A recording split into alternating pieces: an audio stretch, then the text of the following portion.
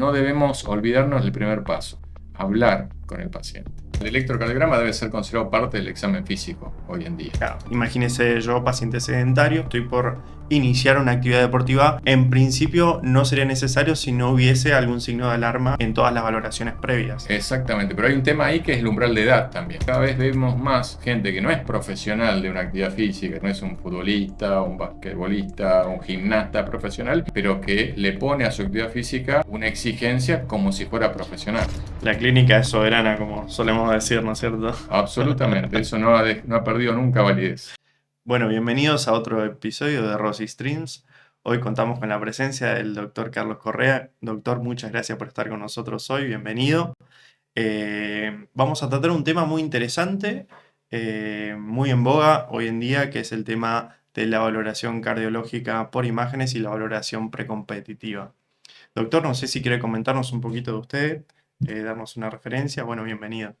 Hola Pedro, muchas gracias por la invitación, un placer estar acá con ustedes. Por favor. Yo soy médico cardiólogo, como subespecialidad soy ecocardiografista y hago ecografía Doppler también. Bueno, y estamos a cargo en Centro Rossi todo el área de cardiología, ecocardiografía y la parte de evaluación de salud o chequeos de salud, como se conocen más Habitualmente. popularmente. Sí, perfecto. Bueno, cuéntenos para arrancar, digamos, cuando iniciamos una entrevista o una evaluación médica, ¿cuáles serían dentro del interrogatorio y el examen físico, digamos, los puntos que usted considera irreemplazables para orientar como punto de partida la posterior evaluación cardiológica ya más específica? Bien, como todo en la medicina, empieza por el interrogatorio, como bien decís, y el examen físico. Y en ese punto es donde uno empieza a encaminarse para un lado o para otro. Los antecedentes personales, por supuesto, son un dato fundamental, y ahí entra a jugar no solamente el antecedente de alguna enfermedad, sino también qué es la actividad física que, por ejemplo, hace o no hace Claro. la persona que está consultando. Los antecedentes familiares son muy importantes también dentro de lo que es la evaluación de riesgo de eventos cardiovasculares. Y después pasamos al examen físico. Y hablamos todo de lo que se hace dentro del consultorio y nada más que eso. Y dentro del examen físico, por ejemplo, una cosa que nos pasa frecuentemente de que gente de mediana edad, sin siquiera tener la más mínima idea, se encuentra hipertensa, por ejemplo, con presión arterial elevada. Claro, hablamos de edades, digamos, pacientes de 35, 40 años que Por no. ejemplo, y Sí. a veces más jóvenes también, ¿sí? Ujú. Cada vez encontramos más de esas situaciones. Entonces, obviar cualquiera de estos tres puntos que vos bien marcás puede ser un grave error para la conducción de la investigación posterior de los factores de riesgo o del riesgo de algún evento durante la práctica deportiva o de la actividad física. La clínica es soberana, como solemos decir, ¿no es cierto? Absolutamente, eso no ha perdido nunca validez. Y bueno, arrancando con las pruebas diagnósticas, me imagino que el electrocardiograma estaría siempre como punto de partida, ¿no? ¿Qué hallazgos dentro del electrocardiograma o de estos hallazgos le haría solicitar algún estudio de segundo nivel? Bien, el electrocardiograma prácticamente es una prueba diagnóstica, pero la consideramos parte del examen físico en la cardiología hoy en Ujú. día. Se hace en el consultorio, requiere un equipamiento mínimo, muchas veces lo hace el mismo médico. Es muy accesible, claro. Es un estudio muy accesible, entonces nos permite hacer lo que se llama un screening, un tamizaje de determinadas situaciones. El electrocardiograma nos puede informar de manera indirecta, por ejemplo, del tamaño del corazón o de las cavidades cardíacas, alteraciones del ritmo cardíaco, etc. Tiene el defecto de que hacer una prueba tan simple es muy sensible, pero es poco Poco específica. específico, Entonces, claro. en esos casos, uno puede usarla siempre como una puerta de entrada, al ser una estrategia de screening o tamizaje amplio, pero sabe que hay mucho riesgo de que uno se cometa un error porque la prueba no es tan específica. En esos casos, uno tiende a ir a un siguiente nivel de estudios con mayor profundidad. Claro, entonces estaría indicada, digamos, como punto basal, no, sin importar la edad, digamos, o el contexto clínico del paciente, un electrocardiograma basal como parte como parte del examen semiológico, digamos. Absolutamente, o sea, como te decía, el electrocardiograma debe ser considerado parte del examen físico hoy en día. Y de hecho, incluso hasta desde el punto de vista legal, por ejemplo, alguna exigencia de la ley de gimnasios o del apto físico para gimnasios, te exige tener informado el electrocardiograma, ¿sí? Claro. Sabiendo que tiene, o sea, la ventaja de una prueba muy accesible y, como decíamos, fácil de hacer, con mucha sensibilidad, pero a veces con errores propios de este tipo de pruebas, ¿no? Perfecto, perfecto. Hoy está muy en boga el tema del gimnasio y la valoración competitiva. Las personas cada vez hacen actividades físicas con mayor requerimiento de un estado físico, de muchísima intensidad, mucho gimnasio en la población joven en general, pero también deportistas de alto rendimiento que seguramente usted encuentra habitualmente en la práctica, ¿no? ¿Cuál es el enfoque específico para este tipo de población que tiene una carga, digamos, física muy importante? Bueno, está muy bien lo que decís porque cada vez vemos más gente que no es profesional de una actividad física, no es un futbolista, un basquetbolista, un gimnasta profesional, pero que le pone a su actividad física una exigencia como si fuera profesional. Claro, O sea, es un amateur, lo hace con un fin, digamos, recreativo, entre comillas, pero suelen ser muy competitivos. claro. Y en esos casos la evaluación tiene que ser tan exhaustiva como en un deportista De profesional de alto alto, rendimiento. claro, Entonces, no importa si cobra o no cobra por hacerlo, pero si lo hace con esa intensidad, amerita una investigación a fondo, digamos. perfecto. Em, ¿En qué escenario clínico una ergometría, particularmente, que es la prueba de esfuerzo, resulta más útil para desenmascarar una patología subyacente cuando hablamos de estos atletas jóvenes, pero asintomáticos, digamos? ¿Se justifica en todos los casos arrancar la evaluación de un atleta o de una persona con alto rendimiento físico, una ergometría de base o no? En realidad no, pero bueno, la ergometría podríamos decir que en estos casos puede tener dos funciones. Sí. Una función desde el punto de vista diagnóstico, cuando encontramos alguna alteración en algún estudio de reposo o alguna manifestación clínica del paciente o algún antecedente que nos haga sospechar la posibilidad de que tuviera o que pudiera tener riesgo de un evento cuando está haciendo la actividad física. Y esto es lo que hay que destacar. Una cosa es hacer una prueba en actividad física como la ergometría y otra en reposo, Claro. ¿sí? Y la otra situación es, en el caso de deportistas profesionales, uno puede evaluar, puede utilizar la evaluación del desempeño físico con estas pruebas graduadas. Se llama prueba ergométrica graduada porque uno puede graduar la intensidad del ejercicio y puede medir la clínica, o sea, las manifestaciones clínicas, evaluar el electrocardiograma y también evaluar parámetros hemodinámicos como la presión arterial, la frecuencia cardíaca. Y eso, en el caso de un deportista profesional, también puede servir, por ejemplo, para regular o para medir el nivel de entrenamiento. Claro. Esa es otra función de la ergometría. Entonces podríamos tener dos tipos o dos grandes tipos de indicaciones. Por supuesto que no está indicada en todos los casos.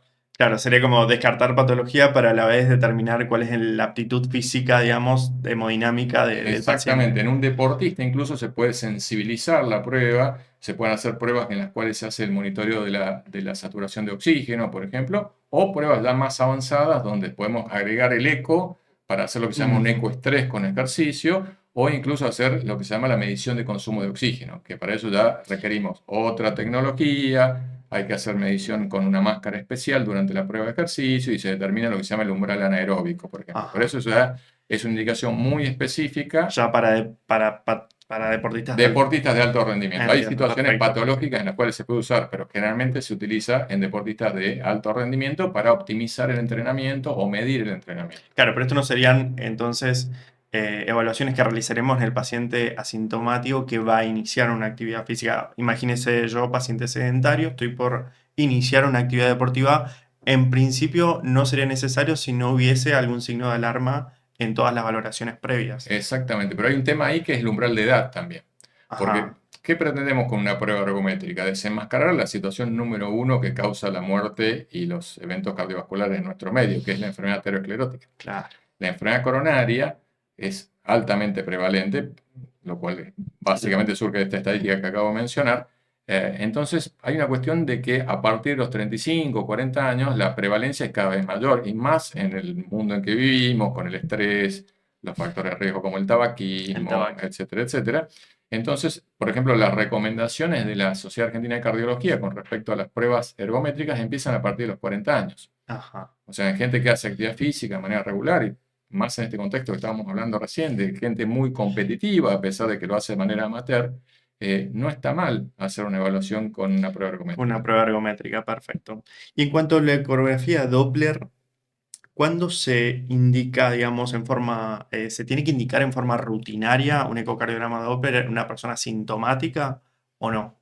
No, en general el ecocardiograma Doppler, bueno, si bien hay un factor de edad que también tiene que ver, pero en general surge como un paso siguiente a un primer hallazgo. Ese primer hallazgo puede ser del examen físico, por ejemplo, lo más común es un Un soplo. soplo, claro. Encontramos un soplo, queremos saber si ese soplo representa una patología valvular o de otro tipo que sea significativa o no. O, por ejemplo, como mencionábamos antes, en el electrocardiograma Claro. aparece algún signo que nos hace pensar que puede haber un aumento del Eh, tamaño de una cavidad cardíaca, etcétera. Entonces, el ecocardiograma Doppler nos permite, con la parte de ecocardiograma, hacer toda la evaluación, más que todo de tipo anatómica, ver el tamaño del corazón, de las cavidades, la función cardíaca también.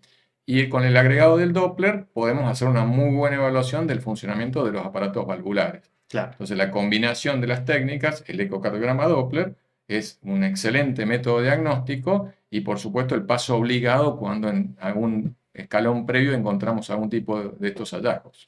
Antecedentes familiares también, por ejemplo, si tengo antecedentes familiares de miocardiopatía, de hipertrofia septal, por ejemplo, eso también incluiría, también llevaría Absolutamente, es lo que decíamos al principio de los tres ejes que vos marcaste cuando hablamos, los antecedentes familiares. Por ejemplo, la gente que tiene antecedentes de una miocardiopatía hipertrófica, que eso es una situación de riesgo claramente para la práctica de actividad física, hacemos lo que se llama el screening familiar. O sea, buscar, por lo menos en familiares de primer grado, la posibilidad de que hubiese alguna manifestación fenotípica, se dice, a través del ecocardiograma, o sea, que se pueda ver si hay alguna penetrancia de esa manifestación en familiares. Lo mismo también, por ejemplo, en otra patología prevalente, que es la válvula aórtica bicúspide, claro. que también se da en casi el 2% de la población. En términos generales, también hay un porcentaje que tiene un origen genético, hereditario. Entonces, en esos casos, también recomendamos la realización de un ecodoppler como forma de determinar la morfología, no solamente de la válvula aórtica, sino también de la arteria aórtica, porque Claro. pueden estar asociadas las alteraciones de de una válvula aórtica bicúspide con una aorta dilatada, que no es Ujú. para nada infrecuente. Y eso plantea también situaciones de riesgo en la práctica deportiva. En estos pacientes, digamos, que hablamos, pacientes asintomáticos que inician actividad, se realizan los estudios que mencionamos, pero no hay hallazgos positivos. ¿Cada cuánto considera usted que hay que realizar una nueva revisión o repetir los exámenes, digamos? Bueno, el uso y costumbre hace que se hagan de manera anual, e incluso Ujú. hasta desde el punto de vista legal, si bien no exige todos estos estudios en todos los pacientes, el apto físico que se El solicita. famoso apto El físico. apto físico es anual, entonces casi que es como un ciclo de la naturaleza, ¿no? Una vez por año hacer la evaluación física, la evaluación del apto Totalmente. físico para realizar actividad Sí, física. O sí, sea, de hecho la mayoría de las instituciones lo piden en forma anual, pero bueno, exacto. Estamos no todos, hay todos desde, sincronizados con eso. entonces, pero desde el punto de vista de las asociaciones, o sea, no hay ninguna, digamos, ninguna Indicación. indicación No, no hay una específica indicación. en cuanto a la... No, sobre todo con los métodos complementarios es más difícil porque ahí depende mucho del perfil individual de cada Hay que persona. Entonces, por ahí individualizar. hay casos que sí pueden requerir un control anual. Por ejemplo, si yo tengo un paciente que hace actividad física y tiene una valvulopatía que no es significativa como para impedirle la actividad física, y conviene un seguimiento más cercano, o como mencionábamos recién, si hay una aorta dilatada en un paciente que tiene una aórtica Claro, bicúspide, y conviene un control más cercano. Ahora, el que no tiene nada, y por ahí se pueden ir espaciando los controles en cuanto al nivel de profundidad, ¿no? Quizás el examen físico, el interrogatorio, o sea, la consulta médica básicamente y el electrocardiograma, y no habría motivo para no hacerlo con una frecuencia anual. claro. Particularmente surge, me imagino, mucho de los casos de pacientes, por ejemplo, que tienen antecedentes cardiológicos, pero sin clínica, digamos, pacientes dislipémicos, hipertensos, pero que no manifiestan síntomas y quieren arrancar a hacer actividad física, sea gimnasio, correr maratones, está muy en boga hoy en Ujú. día.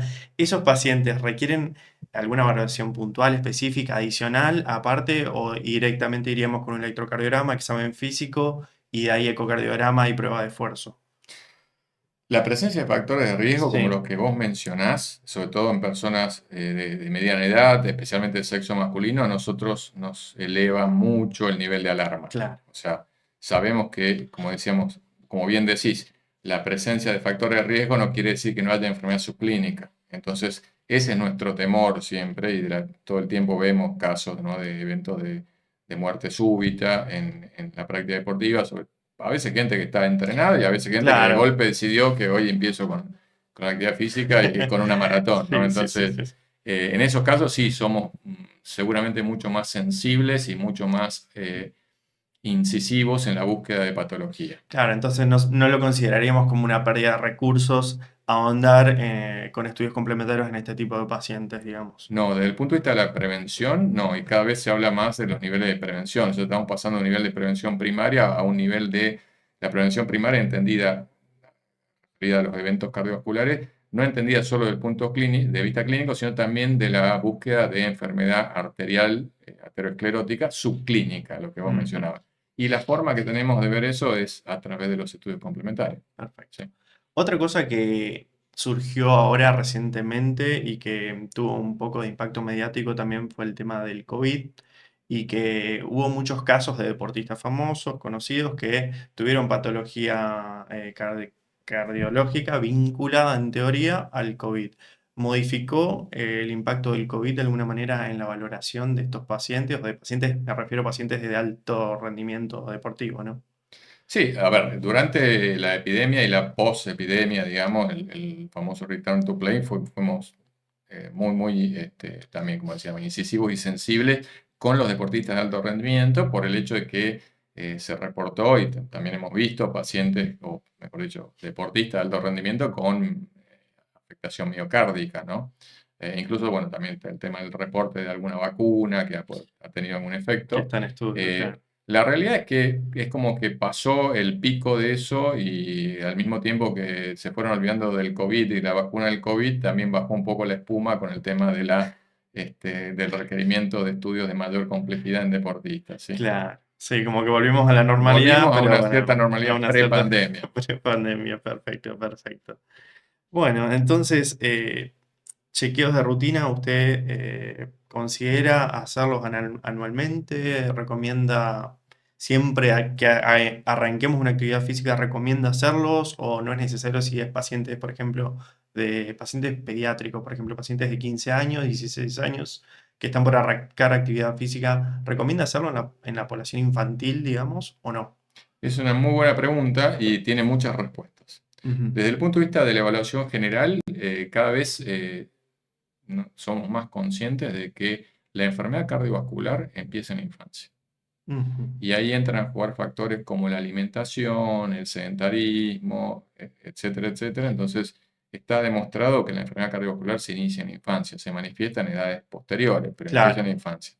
La evaluación a nivel, yo diferencio acá lo que es infantil de adolescente, si sí, se sí, quiere. sí, sí. A nivel infantil, generalmente nosotros recomendamos que toda evaluación, como se pide en los colegios, etcétera, esté manejada por un pediatra. O sea, desde el punto de vista clínico y el pediatra, y eso la verdad que funciona bien, el pediatra después define si requiere una evaluación cardiológica, y esa evaluación Con- cardiológica no es solo método complementario, sino es la visita y el examen por parte de un cardiólogo infantil. claro. Pero surge de un primer filtro que lo establece el pediatra, que ve al paciente en forma niño, en forma integral. Cuando hablamos del adolescente ya la situación empieza a cambiar. ¿Por qué? Porque más allá de que es mayor edad, nos encontramos con una situación bastante frecuente en nuestro medio, que es deportistas de alto rendimiento Sí, adolescentes. tal cual. Sí. En esos casos hay varios factores a tener en cuenta. Uno, que muchas veces son adolescentes en cuanto a su edad cronológica, pero desde el punto de vista biológico son Adultos, sí, adultos a sí, sí, veces sí. mucho Con más que un un adulto, porte, claro, sobre sí, todo, por ejemplo, los rugbyers, ¿sí? claro. Ese es un factor. Otro factor que también tiene impacto directo en esta evaluación es el hecho de que algunas asociaciones deportivas exigen determinado nivel de estudio para poder permitir que sean deportistas federados. Entiendo. Entonces, dentro de ese nivel de estudio está, por ejemplo, ni hablar del electrocardiograma. En el caso de los rugbyers, a determinada edad se exige un ecodoppler cardíaco, Ajá, ¿sí? Por ejemplo, junto con la placa para ver el riesgo de lesión cervical, ¿no?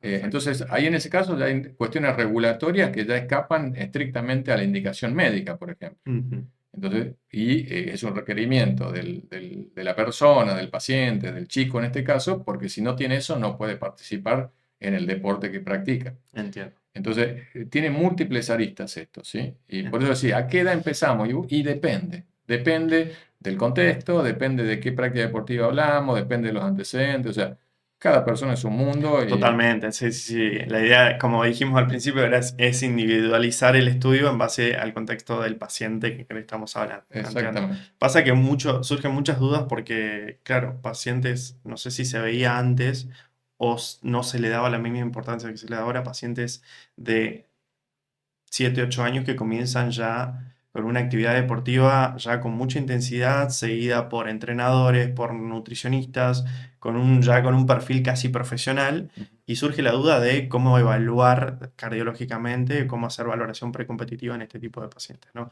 Pero bueno, aclara mucho Yo creo que cuando son niños, el pediatra es quien define. el Más pediatra. allá de, o sea, obviamente que podemos discutir mucho desde el punto de vista ético, qué nivel de exigencia se le puede poner a un niño cuando hablamos de competencia, cuando Claro, está sí, todavía sí, en sí, plena sí. etapa de desarrollo, etcétera, etcétera.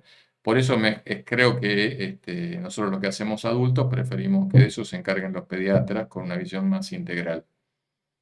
Entiendo, perfecto. Creo me ha sido muy claro. No sé si tiene algo que comentar o algo que agregar, algún corolario final o alguna recomendación que pueda darnos, sobre todo para los médicos que nos enfrentamos, ¿viste?, a la valoración de personas que quieren arrancar con la actividad física y tienen que iniciar un examen, digamos.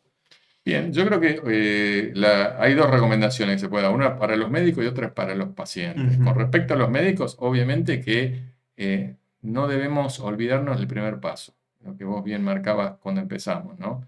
Hablar con el paciente. A veces uno que está, en mi caso, por ejemplo, que hago estudios, durante el mínimo interrogatorio que uno va haciendo con el paciente mientras realiza el estudio ecocardiográfico, encuentran un montón de datos que lo orientan a un diagnóstico, a una sospecha, a Totalmente, ahondar en determinado camino de los métodos diagnósticos, del propio método que estamos usando. Entonces, hay que escuchar. ¿Sí? sin Y duda. con respecto al paciente, que ellos son responsables de su propio cuerpo. O sea, Sí, tener responsabilidad la calidad bien individual. entendida Sí, empieza por casa. Entonces, es tu responsabilidad. El médico es un profesional, te puede ayudar, te puede orientar, pero hay gente que inicia actividad física o pretende asumir determinada actividad física sin haber tenido ni siquiera un entrenamiento ni un control previo, y por ahí el perfil de riesgo a nosotros siempre nos genera cierto resquemor. Por claro. ejemplo, gente de mediana edad con algo de sobrepeso, con presión arterial no controlada o ni siquiera evaluada, que de golpe deciden hacer actividad física de manera intensiva porque Y más se- teniendo en cuenta la accesibilidad que tenemos hoy de todos los medios que no tienen ningún problema. Así que, bueno, yo creo que la verdad que es muy importante. Me parece que tenemos que concientizar más sobre la valoración cardiovascular precompetitiva. Hoy en día tenemos acceso a todos los medios y creo que se pueden evitar muchas muertes y muchas complicaciones si hacemos las cosas bien. Doctor,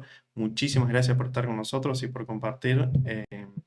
Así que bueno, nos vemos en el próximo episodio. Esperemos contar de nuevo con usted para seguir evacuando preguntas. Muchas gracias, doctor. Muchas gracias, Pedro, muchas gracias por la Hasta invitación. luego.